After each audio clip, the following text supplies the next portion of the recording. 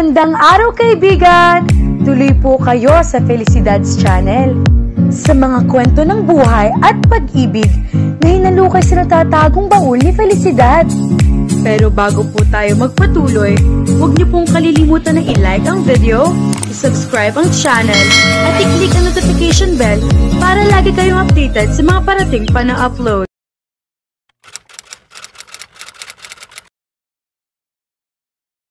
Tahimik ang buong bahay ng mga sandaling iyon.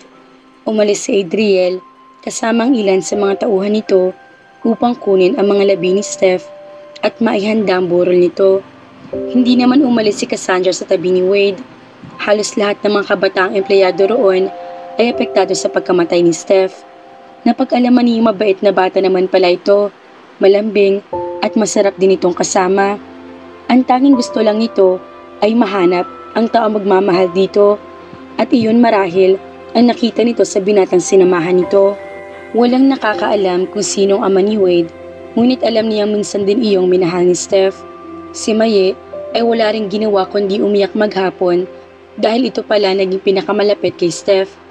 Hindi na niya inabala mga ito at siya na lamang ang nag-alaga kay Wade.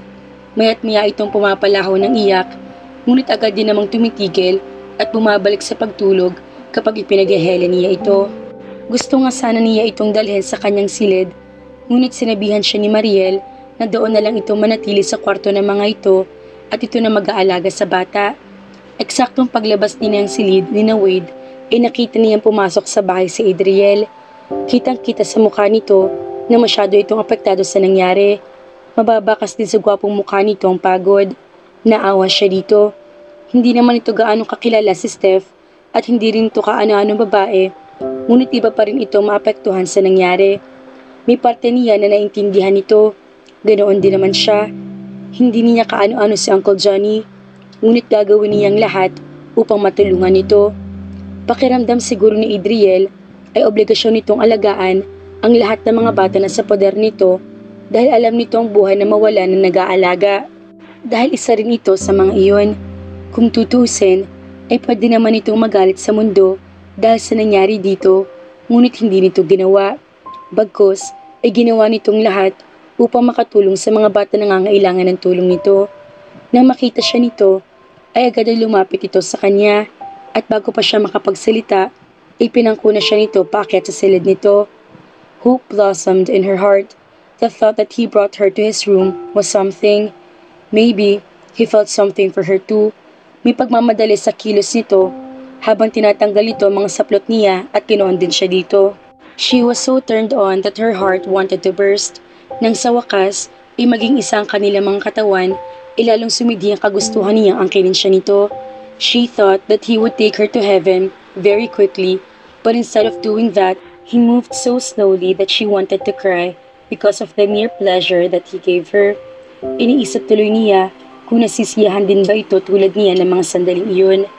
Tinignan niya ito ng diretso sa mga mata at kinoon din ito sa kanya. Marahil ay nababasa nito sa mga mata niya ang tunay na nararamdaman niya rito at sa paraan ng pagtugon niya sa mga ginagawa nito. Soon enough, she reached her climax and before she knew it, he followed her. Umalis ito sa ibabaw niya at humiga sa tabi niya.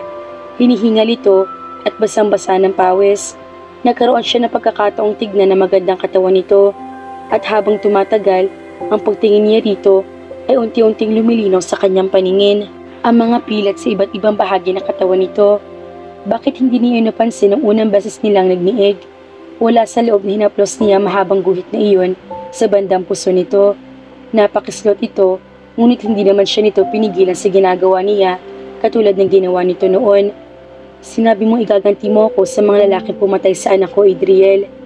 Ang gusto ko namang gawin ay alisin ang sakit na dulot ng mga pilat na ito sa iyo. Alam kong kaya mong gawin yun, sagot nito. Hinawakan nito ang kamay niya at hinalikan iyon. I'm sorry about what happened to you, Cassandra.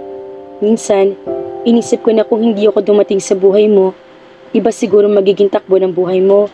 Huminga siya ng malalim at hinaplos ang pilat sa braso nito. Gusto mo bang sabihin sa akin kung paano mo nakuha mga pilat na ito?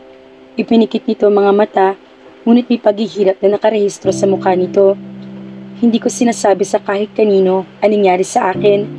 Tell me, it's brutal. I can handle it. Nagmura ito ng mahina. Ang akala niya ay hindi na ito magsasalita. Ngunit maya-maya ay narinig niya ang boses nito. I was captured by the enemy and they locked me inside a dark room. Kakaunting pagkain at tubig ang binibigay nila sa akin. Siniguro din nila na hindi ako makakatakas. Pinilit nila akong kunan ng mga impormasyon, ngunit hindi ako nagsalita. Kaya ikinulong niya ako sa isang madilim na silid kasama ang mga dagat ahas. Tumawa ito na mapakla. Isang gabi akong natulog na may kasamang python sa tabi ko. Kung bakit hindi niya ako kinain ay hindi ko pa rin alam hanggang ngayon. Adriel, naiiyak na sabi niya. Bigla siya nakaramdam ng inis sa sarili niya nang maalala niyang ginawa niya rito ng araw na nakawin niya La Familia mula rito. Pinusasa niya ito sa kama. Hindi niya makakalimutan ng sakit at galit na nakita niya sa mga mata nito dahil sa ginawa niya. Marami na akong pinagdaan ng hindi maganda, Cassandra. Kailangan kong maintindihan na hindi na ako marunong magmahal. Ibanaon ko ng pakiramdam na yun, matagal na panahon na.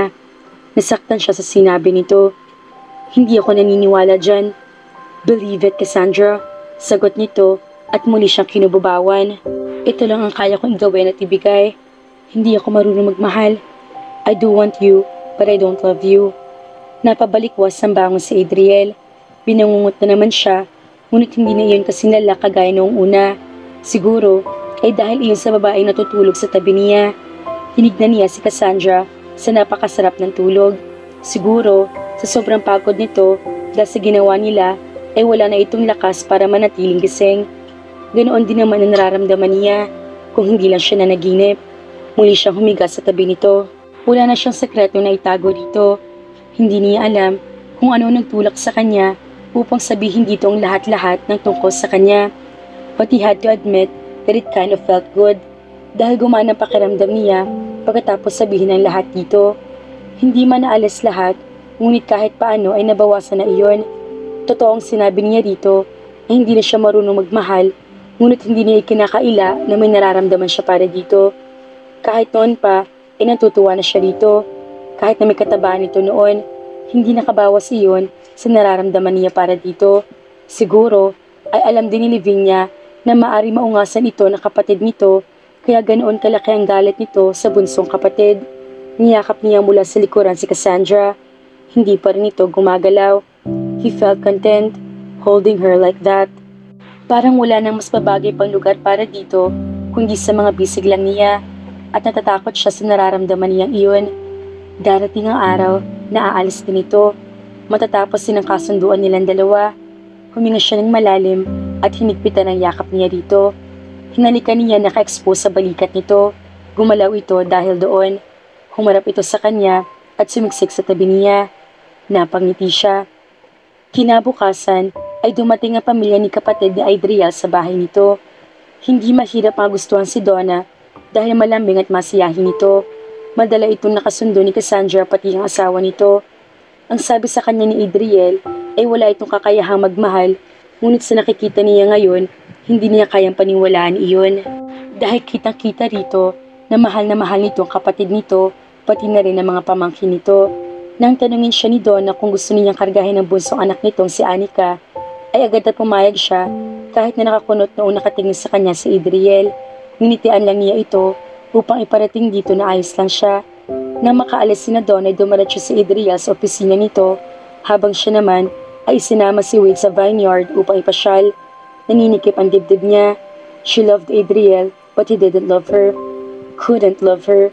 Paano siya makakatagal doon ng 3 buwan? Wala siyang mahanap na sagot sa tanong na iyon. Ang gusto na lang niya ay namnamin lahat ng oras na nakasama niya ito. Hahayaan na lang muna niyang sariling punuin ang kanyang utak ng mga alaala nito. Mabilis na dumaan ang mga araw. Nang araw na ililibing na si Steph, ibinigyan ito ni Adriel na maganda at maayos na libing. Nandoon ang lahat ng mga trabahador, nakadilamahati sa pagkawala ng isa sa mga kasama ng mga ito. Nalungkot siya sa pagkawala ng ina ni Wade. Hindi man niya ito nakilala, ay alam niya na bulagan lang ito sa pag-ibig, kaya ito umalis at sumama sa lalaking sinamahan nito. Nalulungkot din siya para kay Wade dahil niiwan na ito mag-isa. Nang matapos ang libing, ay tinawagan niya si Gilier. Nagulat ito sa pagtawag niya, ngunit masang ibinalita nito na gumaganda ng lagay ni Uncle Johnny. Natutuwa rin daw ang mga doktor na matanda dahil nagre-respond ang katawan nito sa mga treatment na binibigay dito.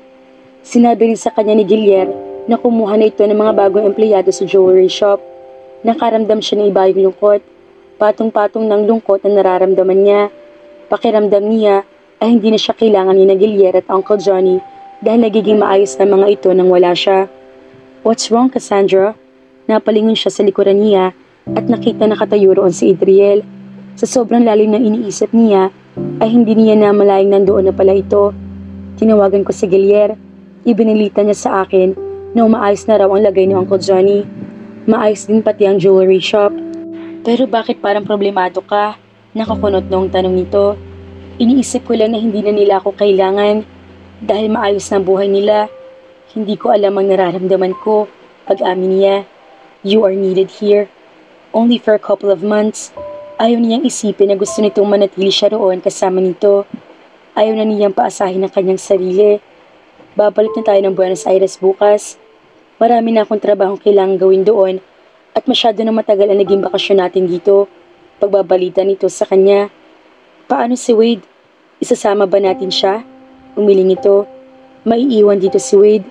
Mas magandang dito na lang siya dahil wala rin mag-aalaga sa kanya roon. And besides, mas pamilyar siya sa lugar na ito. Pero bata pa si Wade. Pamilyar siya sa atin. Hindi natin siya." "No," marahas sa sagot nito.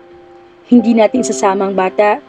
Kailangan yun ng permanenteng pamilya at hindi natin iyon maibibigay sa kanya. Hindi niya kailangan ng pamilyang aabandona sa kanya sa huli kung kailan napamahal na siya sa mga ito. Hindi ko siya aabandonahin. Get niya? O yeah? Pero aalis ka rin kapag tapos na ang kasunduan natin." Nakabalik sa Buenos Aires sina Cassandra at Adriel na hindi nag-uusap.